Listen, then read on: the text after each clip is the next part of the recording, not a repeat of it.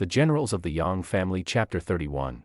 You know, when you think about the absolute ultimate workplace betrayal, your mind probably goes to something fairly relatable.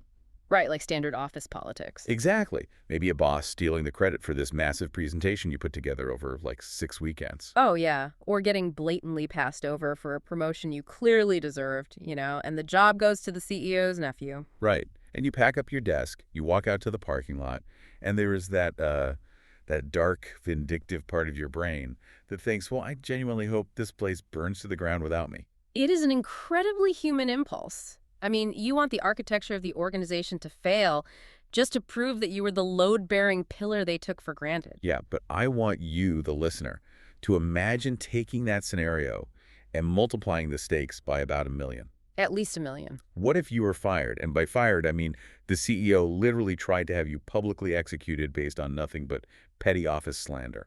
Which is a slight escalation from losing a promotion. Just a bit. So you manage to escape. You fake your death. And then just a few months later, the company isn't just bankrupt. The CEO is physically trapped in the boardroom by a hostile takeover force. He is starving, completely cut off from the outside world, to the point where the executive suite is literally slaughtering and eating the office guard dogs just to survive the winter. Wow. And the only person on the entire planet who has the logistical power, the skills, and the network to save him is you. Which creates a profound philosophical paradox, really. Do you rescue the architect of your own destruction, or do you just let the consequences of their paranoia play out? That is exactly the impossible scenario facing the hero of today. Yeah. We are immersing ourselves in Chapter 31 of the classic Chinese military epic, The Generals of the Yang Family. Such an incredible text. It really is. And let me tell you, you do not need to be a military historian to feel the absolute tension in these pages. We are looking at a deeply wronged hero, Yang Liulang. Right, the sixth son. Yes, the 6th son of the legendary, historically revered Yang family. And he was unjustly condemned to death by his own ruler, Emperor Zhenzong.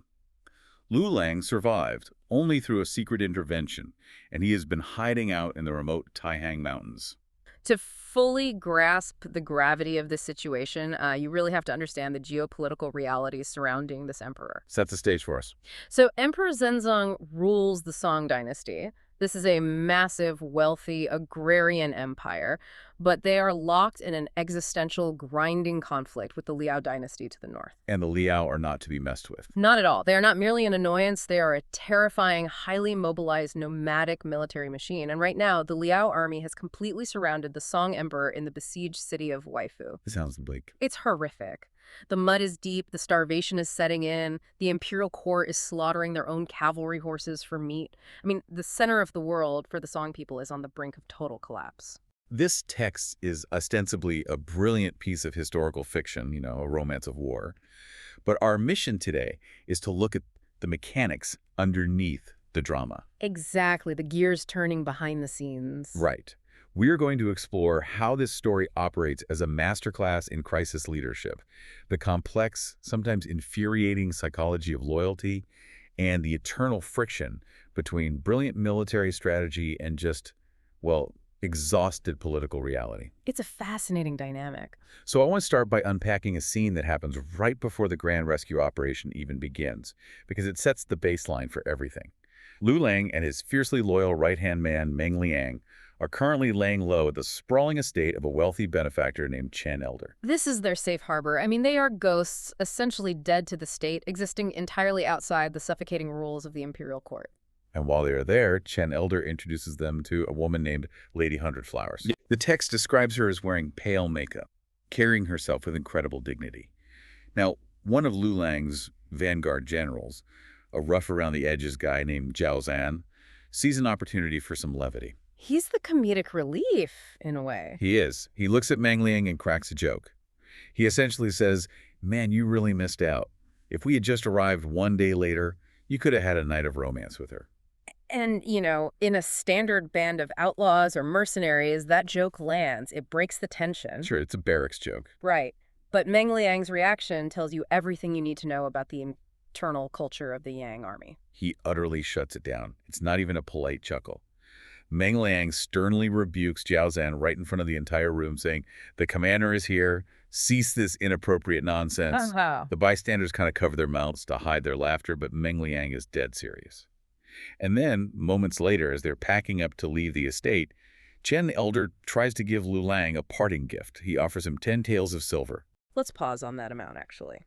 In the context of the Song Dynasty economy, 10 taels of silver is not pocket change. It's not just cab fare. No, not at all. A single tael of silver was roughly equivalent to 1,000 copper coins. For an average peasant or a common foot soldier, 10 taels could represent, perhaps even a year of living expenses. That's massive. It is a substantial, highly practical travel fund for a man hiding from the government. Right. If I am on the run from the state and a billionaire offers me a duffel bag of cash for the road, I am taking the bag. You'd be crazy not to. But Liulang politely, yet with absolute finality, refuses to take a single coin. He walks away with nothing but his armor and his men. So why include these two very specific, seemingly minor interactions right before a massive war sequence? The rejection of a harmless romantic joke and the refusal of vital travel funds. Because the author is establishing the operational baseline of the Yang family forces. Think about what happens to military units when the central authority collapses or disavows them. They usually go rogue. They fracture, they become bandits, they pillage.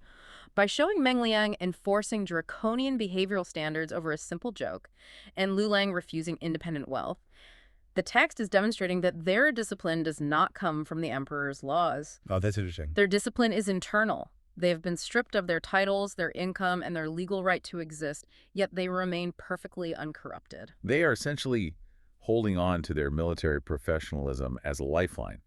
If they lose that, they just become heavily armed criminals. Exactly. Which brings us to the moment they arrive back at their hidden fortress in the Taihang Mountains.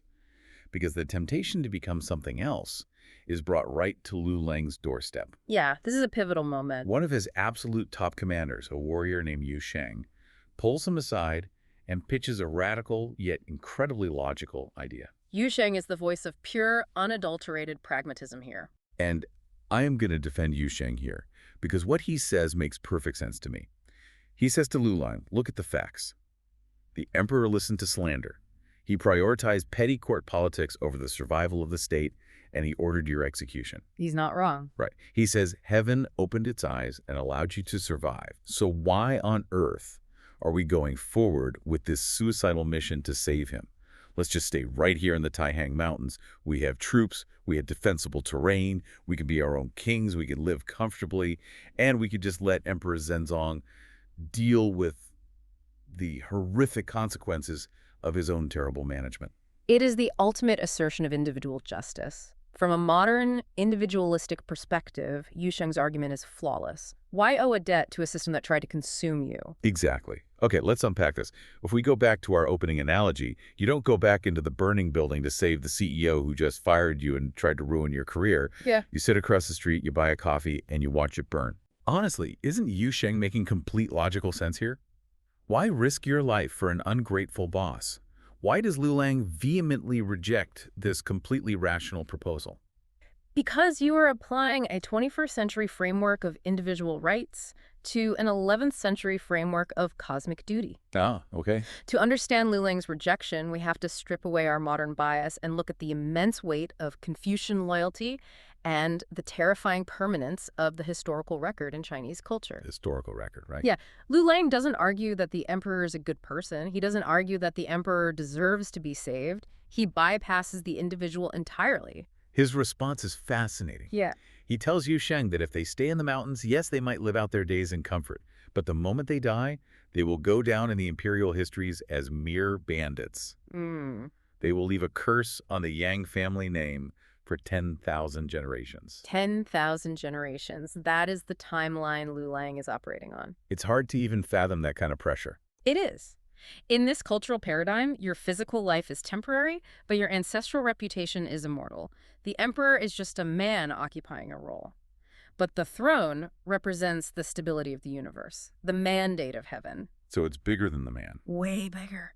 If Liulang abandons the throne to the Liao invaders, he is not pashing a bad boss. He is allowing the social order to collapse. Huh. He is choosing a brutal, highly dangerous duty over a comfortable life because he is terrified of how scholars 1,000 years in the future will judge his father's name. It is a staggering burden to carry. I mean, he is literally subjugating his own instinct for survival and revenge to protect an abstract concept of legacy. Absolutely. So the decision is made. They're going to march into the teeth of the Liao army and save the man who wanted them dead. But deciding to fight is one thing. Actually mobilizing an army when you're officially a ghost is another. This is where the logistics of the narrative become deeply compelling.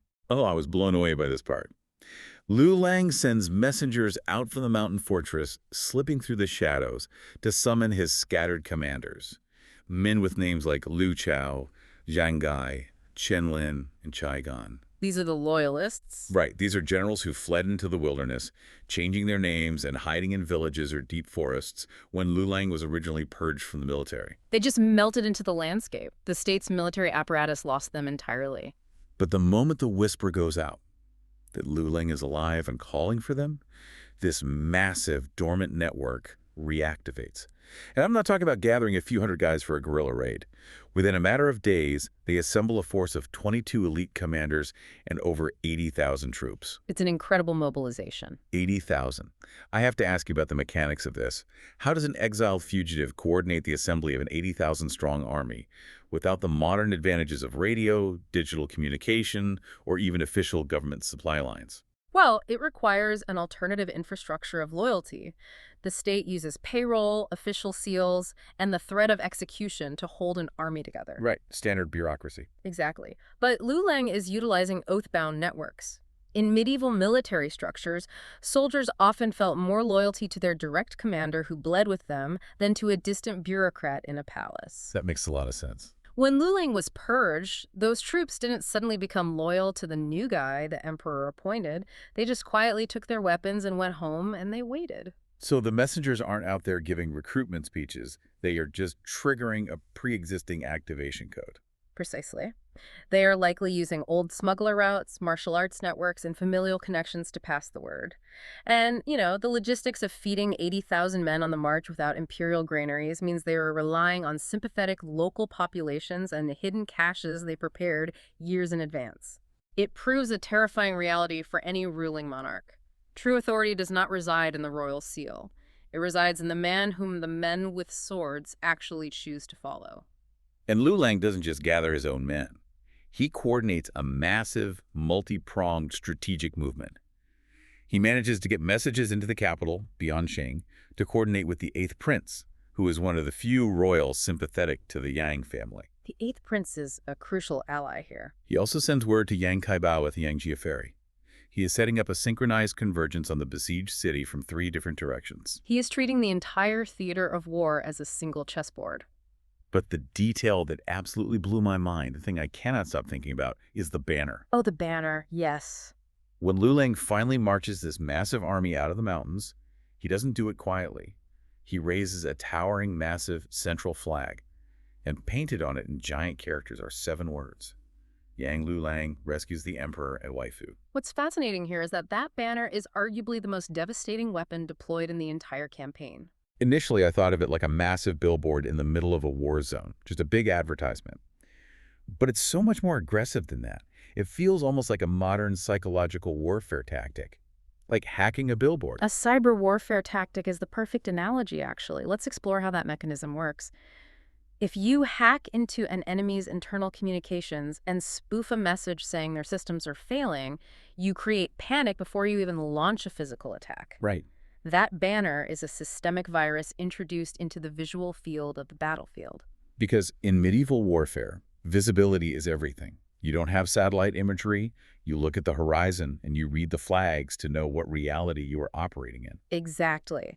When the Song Dynasty troops, who are battered, starving, and entirely demoralized, look out from the walls of Waifu and see that banner, their psychological state instantly flips from despair to fanaticism. Their ghost hero is back. Right. Their greatest supposedly dead champion has miraculously returned. But the effect on the Liao army is even more profound. The Liao commanders know they have the Song forces beaten. They are just waiting for them to starve. It's just a waiting game for them. Yeah, And then suddenly a massive army appears on their flank, openly declaring that the ghost of their most feared enemy is leading them. It just completely hacks their decision-making cycle. It shatters their Oda loop. Observe, orient, decide, act. Before the Liao commanders can even verify if it's really Yang Liulang or just a psychological trick, the panic begins to spread through their ranks. The banner shifts the entire momentum of the war before a single sword is swung. That is just brilliant. So the psychological trap is set. They are marching in the heat of summer. The south winds are blowing dust across the plains. Liulang's forces merge with Yang Taibao's troops, and eventually they rendezvous with the 8th Prince, who has brought an additional 40,000 troops from the capital to a staging ground called Chenzhou. Now the pieces are in place. And this is where Liulang lays out his actual ambition. He sits down with the 8th Prince and says, listen, we aren't just here to punch a hole in the siege lines and pull the emperor out. We're going to completely wipe out the Liao army and pacify the entire Yuzhou region in one fell swoop. He isn't looking at a simple rescue mission. He is looking at a war-ending maneuver. He wants to solve the geopolitical problem permanently. Right. But then his very first tactical move on the field seems deeply counterintuitive to me. How so? Well, he has this massive, freshly combined army. He has absolute numerical strength. But instead of marching them all forward in a massive phalanx to crush the Liao lines, he takes Yu Sheng, his absolute best, most ferocious commander, and sends him out completely alone as the vanguard with a relatively small force. He gives Yu Sheng a very specific, strange order. Go out there and frustrate the enemy's sharp spirit. I have to ask you, why risk your top guy in a seemingly small vanguard skirmish before the main army arrives? If Yu Sheng gets surrounded and killed, your entire momentum collapses. It looks risky, but it is a fundamental piece of military doctrine when you are relying on psychological warfare. You have to understand the transition from rumor to reality. Okay. The Liao army has seen the massive banner. They have heard the whispers that the ghost of Yang Liulang is marching on them. But armies can rationalize rumors. A Liao commander could easily tell his men, it's a trick. It's just a desperate militia holding a fake flag. Hold your ground. So the vanguard isn't there to win the battle, per se. No, the vanguard is a proof of concept. Its primary function is not the body count, it is undeniable validation. By sending out your most terrifying, highly capable shock cavalry commander to violently and visibly shatter the Liao forward formations, you provide physical proof that the elite Yang forces have returned. It makes it real. Exactly. When Yu Sheng tears through their lines, the Liao soldiers realize the nightmare is real. You are weaponizing the terror that the banner initiated. And Yu Sheng absolutely delivers on that objective. He crashes into the Liao formation like a wrecking ball, shatters their lines, and personally defeats a Liao general named Lu He. But here's the craziest part of this vanguard strike. The prisoner card. Yes. During the chaos of breaking those forward lines, the Song forces capture a Liao prisoner card. They drag it back to the staging area, crack it open, and sitting inside is Huiyanzan. The emperor's personal escort general. Yes. Huiyanzan had apparently tried to sneak out of the siege city of Weifu to get word to the outside world, and he was captured by the Liao. And when Liulang frees him, Huiyanzan looks at him and says, if heaven hadn't arranged this feeding, I would have been a captive forever. It's an amazing moment. You cannot ignore the incredible cinematic irony of this scene. I want you, the listener, to picture this contrast. Inside the great opulent walls of Weifu, the emperor and his high ministers, the men who claim the divine right to rule the earth, are sitting in the mud, completely paralyzed, eating their own starving horses. It's a pathetic state. And meanwhile, outside the walls, the supposedly disgraced rebels, the men cast out of civilized society, are arriving in glorious, perfectly organized formation. And they're literally liberating the emperor's top general from a wooden cage.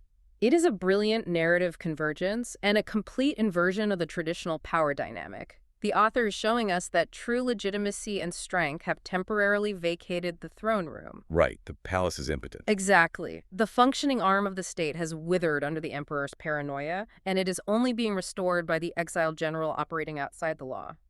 Rescuing Huiyanzan isn't just saving an old colleague. Symbolically, Liulang is reclaiming the paralyzed military apparatus of the Song dynasty. Which perfectly sets the stage for the grand clash. The supreme commander of the Liao army, Xiao Tianzuo, receives the terrifying reports. The vanguard strike was devastating. The Yang banner is real.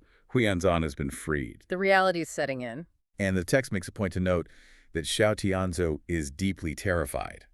He scrambles to organize his camps, desperately trying to form a defensive line. But before he can finalize his deployment, the Song vanguard is pouring over the hills. The text describes them covering the earth like a massive flood. This is where the sheer architectural brilliance of Liulang's approach to battle is put on full display. Here's where it gets really interesting. When you read the breakdown of this battle, it is staggering.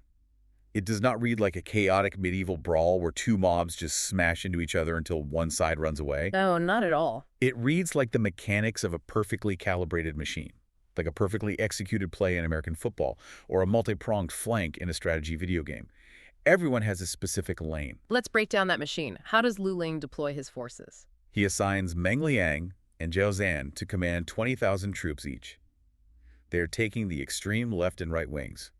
Their explicit orders are not just to skirmish on the edges, but to drive deep, cutting diagonally into the enemy's center. Meanwhile, Liulang himself and the 8th Prince command the massive rear guard, acting as the anchor and the ultimate wave of crushing forward pressure. And you have to remember, the coordination required to execute that without radio communication is immense. It relies on a complex system of drum beats, gongs, and directional flags to ensure that the wings advance at the exact right pace to prevent the center from escaping. And the individual moments of combat within this machine are breathtaking. You have Yu Sheng, still in the vanguard, who engages the Liao general Yelu King and outright kills him, just cleaving him down. Brutal. You have Zhao Zan on the wing, fighting like an absolute madman, and he slays the General Liu Kei in a single violent clash of horses.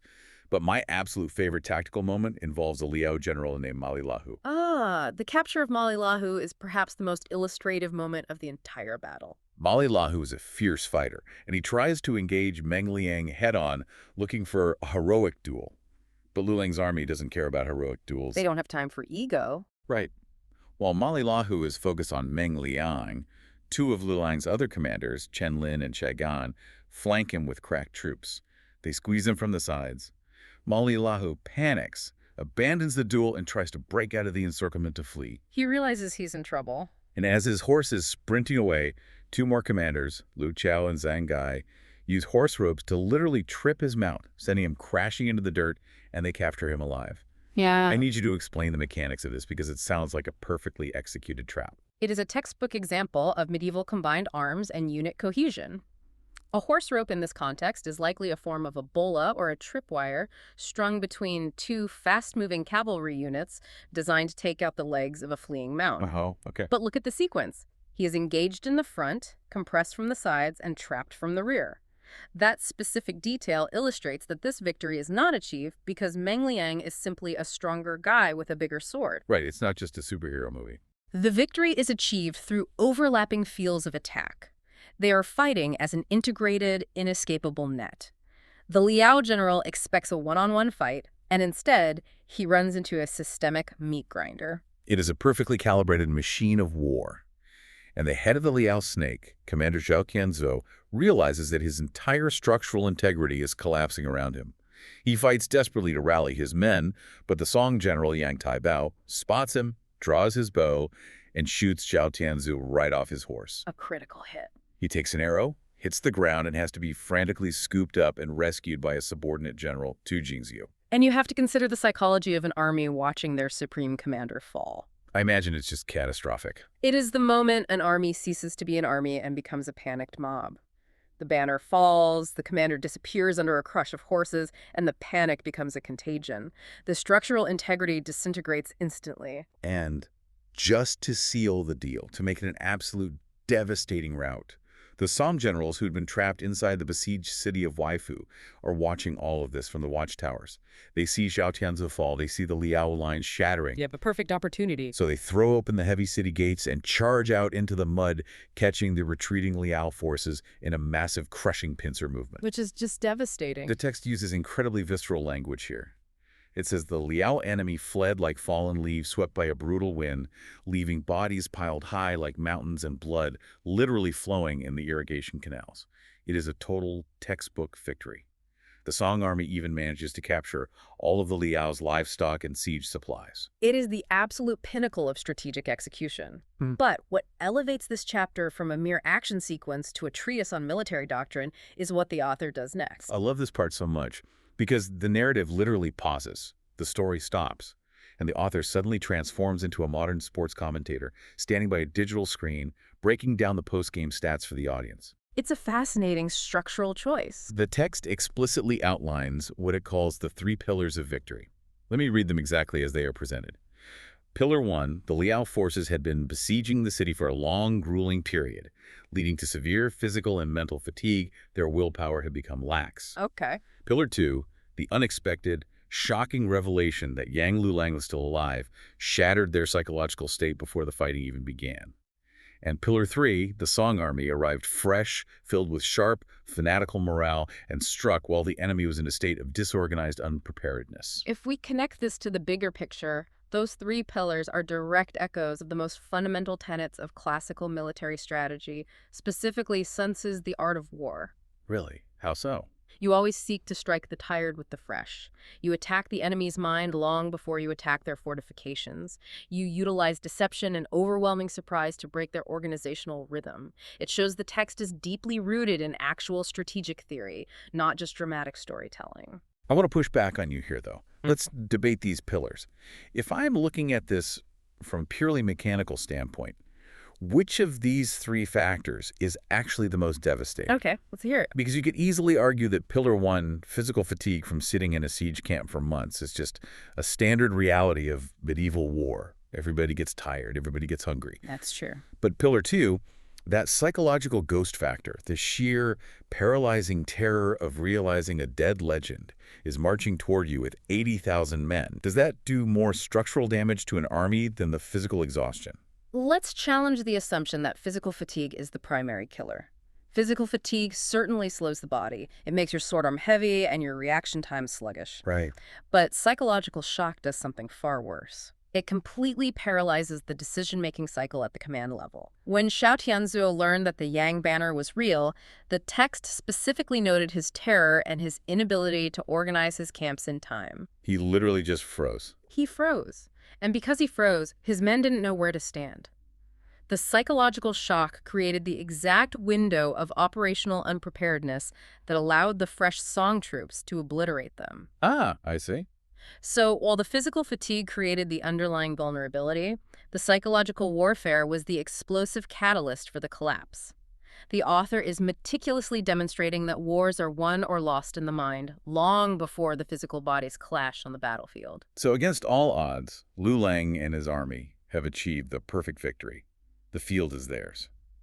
The 8th prince, who coordinated the rear guard, rides alone through the open gates into the city of Waifu. The victorious return. He finds Emperor Zhenzong, who is probably still in shock, and tells him, "Good news, Yang Liulang isn't dead, he is very much alive, and he just saved your empire." Which has to be a complicated moment for the emperor. Oh, absolutely. The emperor immediately summons Liulang into the makeshift court. He officially pardons him for all his past crimes, which, let's continually remind ourselves, were entirely fabricated by corrupt politicians in the first place. And the emperor promises him lavish rewards. And this moment, right here, is where the soaring momentum of the military narrative violently crashes into a massive, immovable political wall. Liulang stands before the emperor, fresh from the battlefield, and he makes his pitch. He says, "Your Majesty, we have an unprecedented, miraculous opportunity right in front of us. You are here in person, which means the morale of our troops is absolutely sky high." They have the ultimate mandate. Exactly. He says the Liao army is completely shattered. They're running for their lives. Let's not stop. Let's not rest. Give the order and we will march straight north to Yuzhou. We will capture Empress Xiao's strategic maps. We will take their territory and we will permanently end the northern border threat forever. This is a once-in-a-lifetime chance to finish a generational war. And from a purely military and strategic perspective, Liulang is completely correct. It is a fundamental rule of warfare. You never, ever let a shattered enemy retreat and regroup. You press the advantage. You press the advantage ruthlessly until the structural threat is entirely eliminated. You don't fight for a draw when you can fight for a checkmate. So Liulang lays out the checkmate. And what does the emperor say? The emperor declines. He just says no. Unbelievable. His exact reasoning, as presented in the text, is essentially the royal entourage has been out of the capital for far too long. Everyone is exhausted. My ministers are tired. We need to go home to Bianjing, get some rest, and we can discuss further military action later in the comfort of the court. It's a devastating letdown. I have to tell you, reading this scene, I felt an intense, burning frustration on Liulang's behalf. I want you, the listener, to think about the last time you poured your absolute heart and soul into a massive crisis at work. Yeah, we've all been there. You pulled the all-nighter, you salvaged the account, you saved the company from ruin, and you present your boss with a brilliant, aggressive plan to double the revenue and crush the competitor. And your boss, who was just panicked about losing their job yesterday, looks at you and says, "Let's just be glad we survived. I'm taking the rest of the week off." It kills morale completely. You just dragged an 80,000-man ghost army out of the shadows. You just saved this guy from eating his own horse in the mud. You have the momentum to win the war forever, and the boss says, "Nah, I'm tired. Let's go home." This raises an important question about leadership. It is deeply, intensely frustrating to read, but we have to acknowledge that it is also brutally, historically realistic. This exchange exposes the profound, unbridgeable chasm between how a military commander views the world and how a political leader views the world. Let's dig into that chasm. Yeah. Because to me, it just looks like cowardice. It looks like cowardice, but it is actually trauma and a different set of priorities. We have to look at the psychology of the emperor. Emperor Zhenzong is not a frontline commander. He is a politician who represents the perceived stability of the entire state. Right. He has just survived a deeply traumatizing, horrific siege. He's been starving, freezing in the mud, surrounded by the imminent threat of capture, humiliation, or brutal execution. His nervous system is completely, utterly fried. He's experiencing shell shock, essentially. Absolutely. To Liulang, the routing of the Liao army is a door swinging wide open to a glorious future. To the emperor, the routing of the Liao army is merely an exit sign from a living nightmare. Oh, that's a great way to put it. His trauma, his overwhelming desire for the physical safety of his palace, and his inherent distrust of prolonged military campaigns completely override the strategic opportunity. The military mind sees what can be gained. The political mind focuses obsessively on what has just been saved. So what does Liulang do with that staggering rejection? He doesn't scream. He doesn't argue with the emperor. He quietly bows and withdraws to his own camp. And then he does something very dark. He takes all the high-ranking Liao generals that his men captured in that brilliant, sophisticated tactical battle, and he executes them. All of them. A decisive act. He chops off their heads, puts them on display, and then he orders his massive army to pack up their gear and march back to the capital, Bianjing. I want your take on this. Was that mass execution a subtle act of venting? Was Liulang essentially taking out his overwhelming frustration over the emperor's refusal on these prisoners of war? I believe it was exactly that, but it is also a grim, highly calculated strategic compromise. It is a silent protest. Liulang was just denied the ultimate strategic victory of taking Yuzhou. He knows that by letting the Liao army escape, the Song dynasty will have to fight them again in 5, 10, or 20 years. So he settles for a brutal tactical finality right now.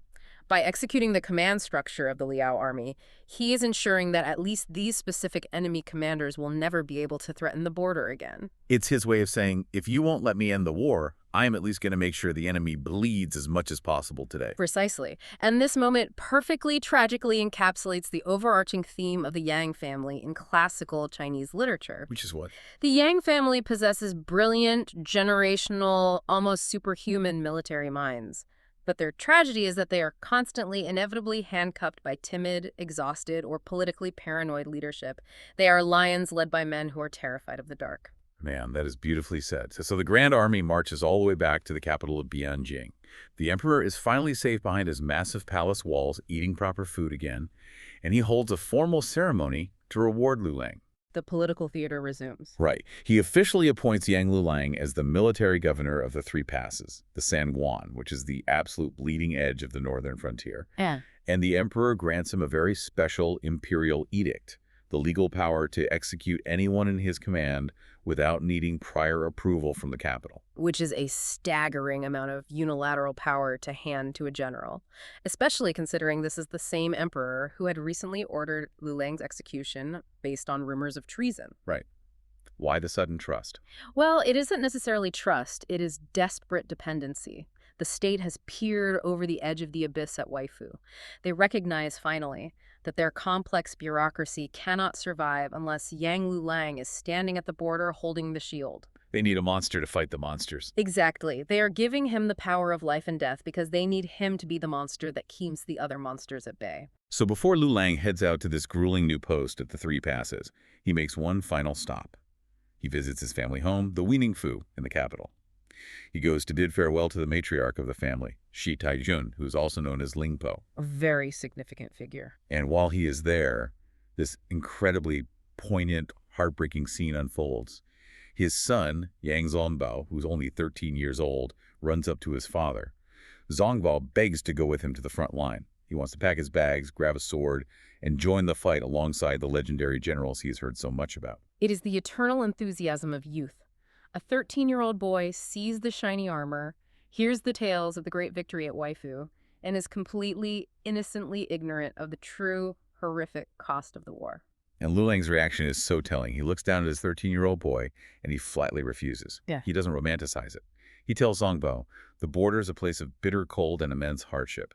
There is no glory or benefit for you there right now. Stay here in the capital, serve your grandmother, and wait until you come of age." And with that, Liulang turns his back on his family, turns his back on the warmth and comfort of the capital, gathers Yu Sheng, Meng Ling, and his battle-hardened generals, and marches right back out into the frozen, desolate frontier to rebuild the fortifications and wait for the inevitable next attack.